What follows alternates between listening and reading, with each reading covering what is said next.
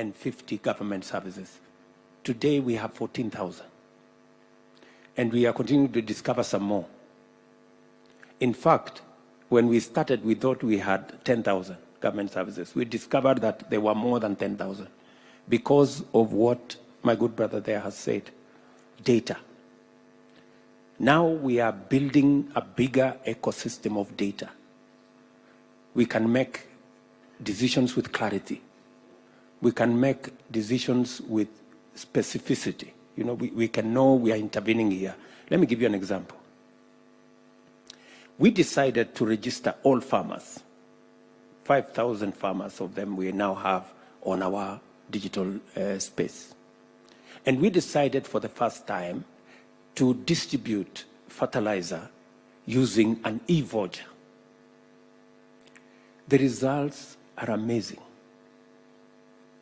For the first time, we didn't have the kind of pilferage, theft, corruption that always accompany distribution of fertilizer. So we are already getting value for leveraging on technology. Let me also say that, you know, Konza and the Silicon Savannah is not a place. It is not at the river. It is a mindset. It's a whole, you know, it's a whole thinking. So, you know, sometimes I find people, they go and lock themselves up in a concert at the river. That's not what it is. It is the whole ecosystem that we are building around technology. In fact, we just found partners to do the data centers, which will be in Naivasha. We are leveraging on the green energy to sell data centers as a green product from Kenya. It is the only place you will have green data, and we are going to make this available globally. So that whole space, I don't know, I think I have said too many things. I'm just trying to give you the buffet of what we are doing in the technology and digital space. Just before I came to this meeting, we were having a conversation with my CS for health on how we are going to digitize, actually the journey for digitization of our health records. Because we need to make health records portable.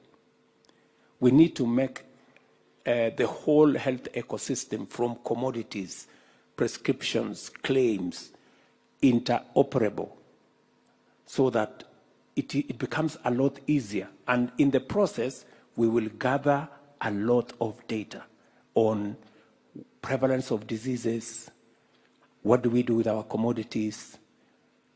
KEMSA is going to be a different place after we digitize that whole ecosystem. In fact, by June next year, you will have a different experience with our health provision, again, because of technology. And that's the reason why we have big pushback from people who do not want us to digitize health. That's why they've gone to court, you know. They want to stop us because they run remote hospitals, hospitals that do not exist.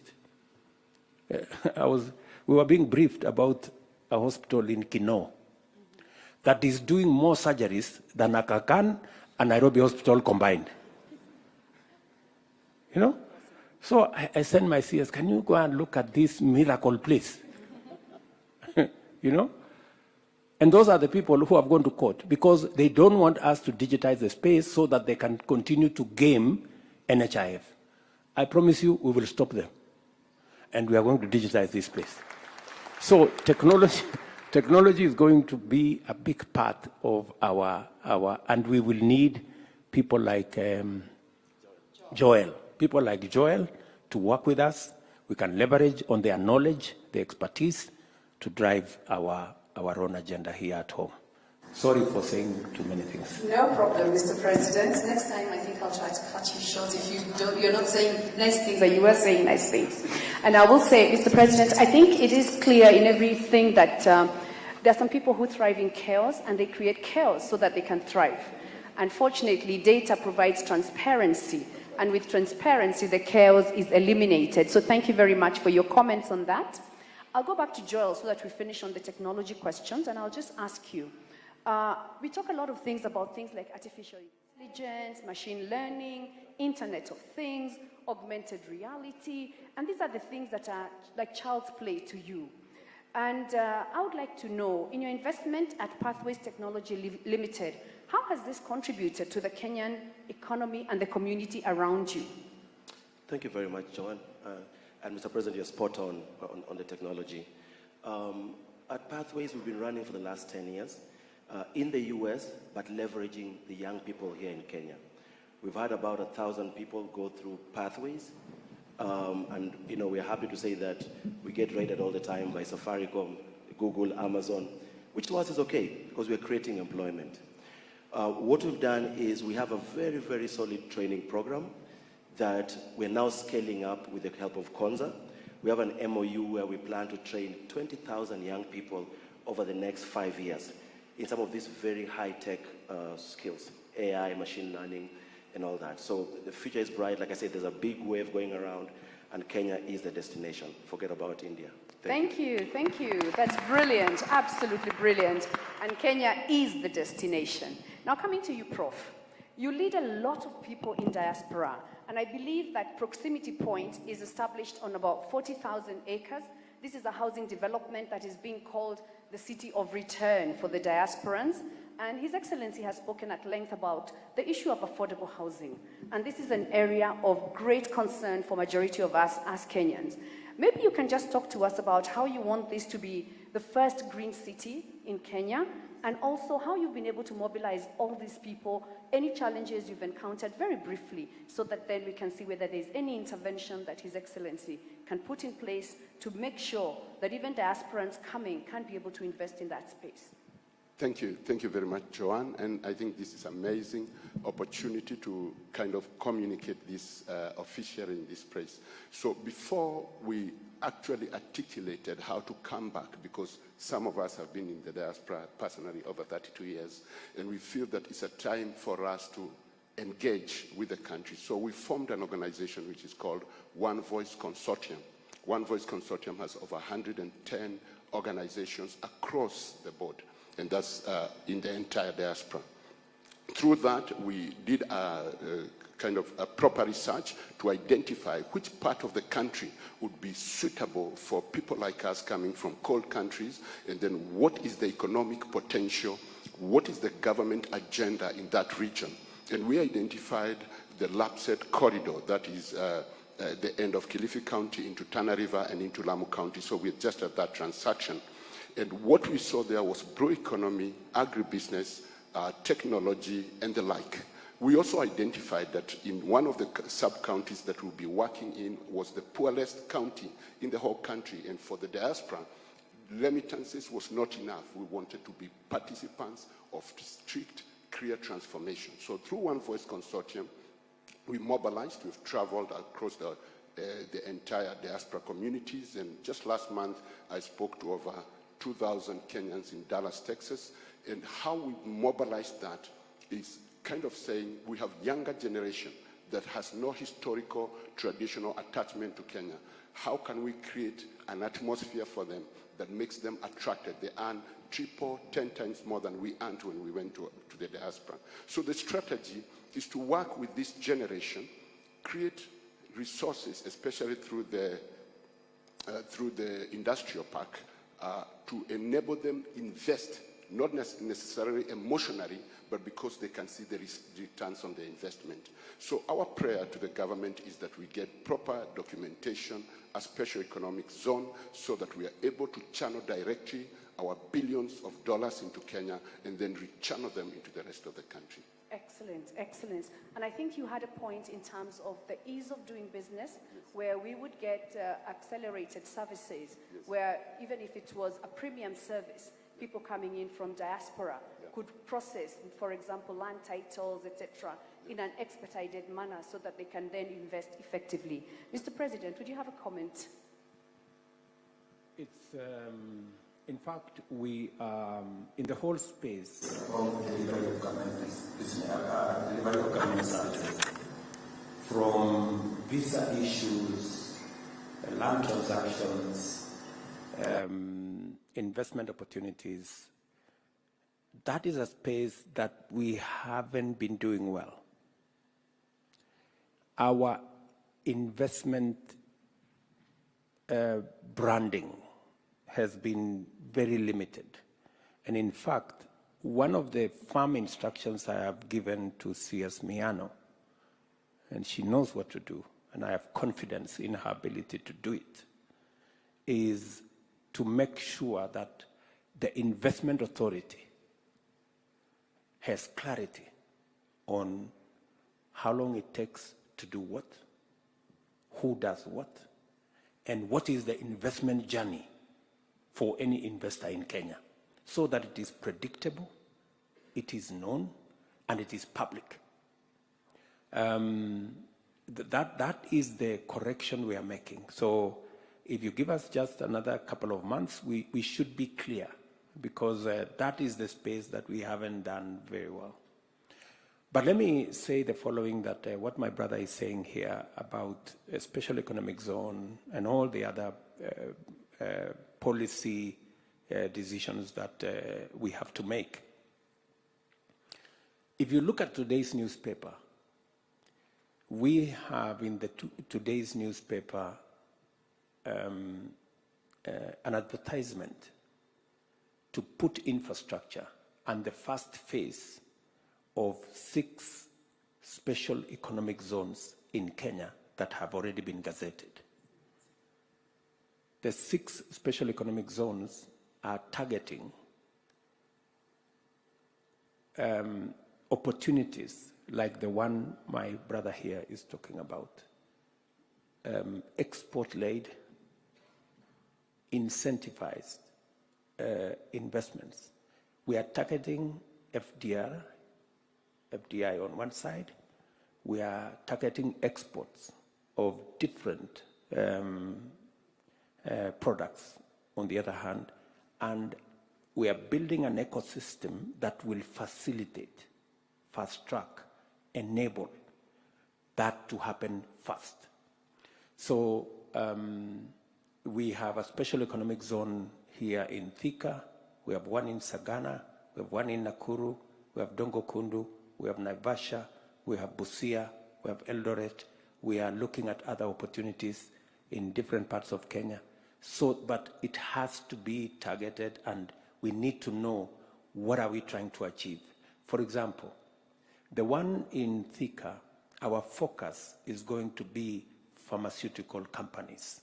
We want to be specific so that, because we still import 70% of our pharmaceutical commodities and products to Kenya. And it is part of the reason why I was having a conversation last week with Prime Minister Modi, because we are importing almost 50% of all those products from India. And my conversation with him was, we cannot continue doing this. He has to mobilize his companies to come and invest in Kenya with Kenyan companies, to employ Kenyans, and to produce products for Kenya and for Africa from Nairobi or from Kenya. So this is the conversation we have. I think that's a really good initiative. Mr. President, I wasn't cutting you short. I just thought that was really great. Healthcare has been a thorn in the flesh of Kenyans, and if we don't deal with it, we have a serious challenge going forward.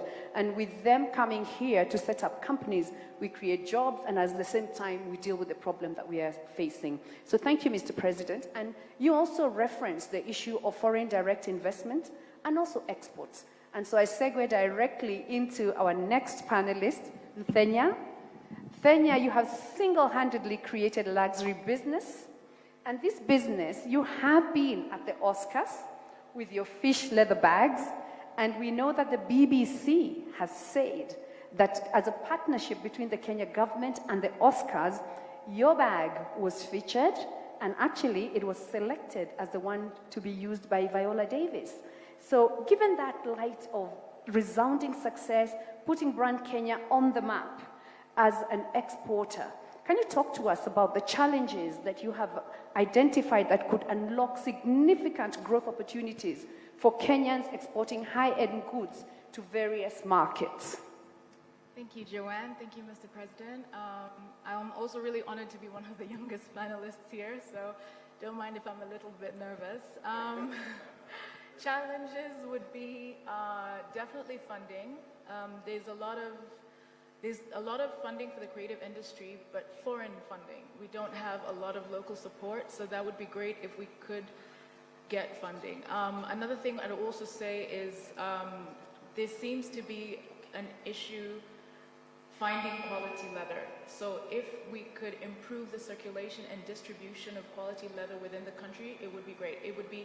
We'd be able to grow an already thriving leather value chain, so that stakeholders like myself are not looking outside to places like South Africa to start importing cowhide. Like, I have people on a wait list because they want the cowhide bags, but I can't access cowhide. Other challenges would also be just getting younger people into the workforce. It would be great to work with younger artisans. For instance, I went to Milan to learn how to make bags, and it would be great to train people to do the same at that level of quality. I feel like a lot of Kenyan brands are shying away from entering the luxury because of the level of quality control that's needed. So it would be great to start working with younger people. Awesome, thank you very much, and very precise. Mr. President, they say that when you have a hammer, every problem is a nail.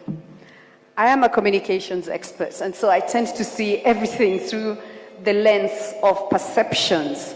And from my experience working with brands, and from that perspective, I have seen the power of media and the power of film in shaping perceptions. In the audience today, we have powerful people like Alex Chamwada. We have Alison Gibwini of Aldison Production, who's on Netflix. We've got people who have been doing a lot in that art space. And I was just wondering, segueing on from Fenya's comments, in positioning Kenya through our products for export, what are we doing to support the use of a uniquely Kenyan look and feel or brand presence, so that when we sell our products, we've got a stamp of quality that says, when you buy this product, this is what you're getting. Similar to what we have seen, for example, with countries like Germany, where when you hear it's German-made, straight away they're telling you it's quality. What are we doing in terms of Kenya as a country, as a brand, and what should we be doing, or what can we do with you, Your Excellency? Much. Listening to Ndenya, you know, she's saying what I should have said. She's so right, you know, she's so right. Leather is one of the lowest hanging fruits that we have. Why? Kenya is the third largest holder of livestock in Africa. We have the third largest herd, Kenya. And we are still importing everything leather. What are we doing with our, and by the way, we slaughter about 3 million heads of livestock every year, from cows to camels and sheep and goats, yeah? These 3 million we slaughter, more than 50% of the hides and skin is either eaten by dogs, buried, wasted. It's a whole waste. And it is the reason why this year we have money in the budget specifically for leather.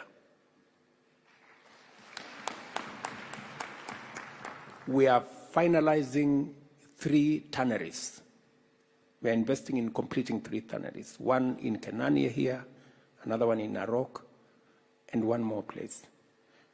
It is the reason, and I say this with a lot of clarity, it is the reason why, again, today, our PS, Principal Secretary for Livestock, is in India. Because I had a conversation with Prime Minister Modi on their Leather Institute and Footwear Institute and how we can create a partnership. And I promised him that I would send my PS to sit down with what is going on in India, because there is a lot we can leverage on technology.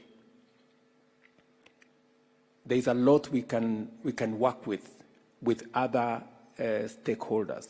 And my intention is that, and I have said it publicly, we must have a sunset clause on the day we are going to be importing shoes into Kenya. We must produce leather products from Kenya because we have the leather, we have the hides and skin in plenty, we have the human capital at home, we have the market in Kenya, starting with, we import about 15 million pairs of shoes every year. Explain to me why we are exporting jobs, why we are using leather from other people's goats and cows when our own leather and hides and skin is being eaten. You know? It is stupid, isn't it? Yeah? So this is what we must do. And I want to salute Ntenya and people like her who are doing something in that space, albeit at a small scale. It is my responsibility and the responsibility of the government of Kenya to scale up what Ntenya and those people like her are doing. For your information, allow me to say one thing. A factory here in Athi River, run by a gentleman called Rao, I went to see him about a year ago. They produce the same quality of leather as you would find in Dubai or in Italy at a quarter the price. That's what it is. It cannot get better than that, would it? It cannot get better than that. So leather is one space. We are not only going to create jobs, we are not going to expand opportunities, but we are also going to create wealth. And we are going to supply our own markets. And that I am very determined in doing. And I was very happy to listen to you. Thank you. Thank you very much, Your Excellency. And then you can see you had no reason to be nervous. Thank you. Now,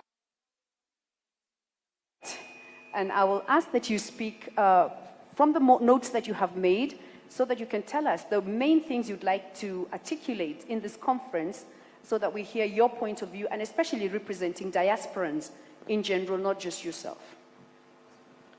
Thank you. So, Mr. President, with the area of economic research, and I also speak, of course, representing the diaspora who sent me here, I think that one of the challenges that we have found, not just in our country here, but around the continent, is whether the inability or the lack of interest in making use of data for policy purposes. And that's cross-cutting from national government to local government. When in the work that we do, we found that middle income and developed countries, they're really focused on scientific research as a basis for policy. I think that is one of the areas that perhaps we could look at ways in which that can be a culture in our country. And I think with that, even in terms of, for example, we went to look at your target that you gave to the State Department for Diaspora Affairs. We actually found out that the remittances target is approximately 10% of GDP. And if we compare with other countries, that would be matching, for example, Lesotho, which has about 20% remittance as a share of GDP. So it's that kind of research that we are saying that perhaps we could push that as part of our culture in government, in the private sector, and everywhere in the country. Excellent, excellent. Mr. President, with that, I'm going to wrap up my moderation and hand over to you. And in closing, I want to say Ndege wa mabawa moja huruka pamoja. Birds of a feather flock together, and today we are flocking here to collectively raise the bar and collectively start a journey with your support, where the diaspora works closely with us here in Kenya to make sure that we improve on our economy. And as I close, a little tongue-in-cheek, perhaps, Mr. President, you're very articulate in expounding your policies, the way you see the future, and everything to do with any question that you're asked. I will ask a question. Why is it that we're not getting that level of articulation trickling down to the bottom so that we get a more positive vibe across the country? Thank you very much, Mr. President.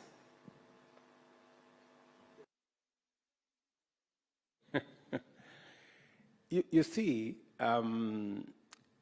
it is also said that lies go around the world maybe twice before the truth are put on their shoes.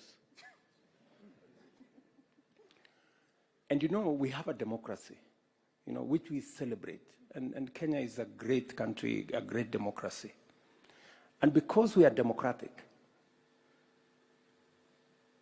everybody speaks whatever they want. Everybody says even the untruths, you know, that fly all over the place. And that is good. It is up to us to put our story across. But it is up to us more than talking, doing. And I am very focused on making sure that we do what we have to do. You know, we will continue explaining. For example, I will have an occasion with the media, God willing, this Sunday. I want to explain to the people of Kenya, to hold space, where are we going, what are the challenges, what are the opportunities, how do we get to where we were going? Because I am very confident in the peoples of Kenya understanding and appreciating where we need to go. That's why I was elected. You know, I am very confident that we are going to change this country, and the bumps that we have, the challenges that we have, for example, the example I just gave here. I mean, people are fighting housing when the results are very clear. I even saw the other day the leader of opposition saying, why is Ruto exporting too many people from Kenya? I mean, is that really something we should be having a conversation about? We have the single asset that we have as a country is our human capital. We have the best human capital anywhere in the world. And you use what you have. We don't have gold. We may not have big gold mines, but we have our human capital. How do we deploy it to use it as a resource to grow our economy? I have been intentional. I have been deliberate. I have given targets to Roslyn there. I have told Roslyn we must increase our remittances from $4 billion to $10 billion. Si nimekwambia PS? Yes. And it's not just going to come. It's going to come when we connect Kenyans with opportunities in Kenya and opportunities abroad. Yeah?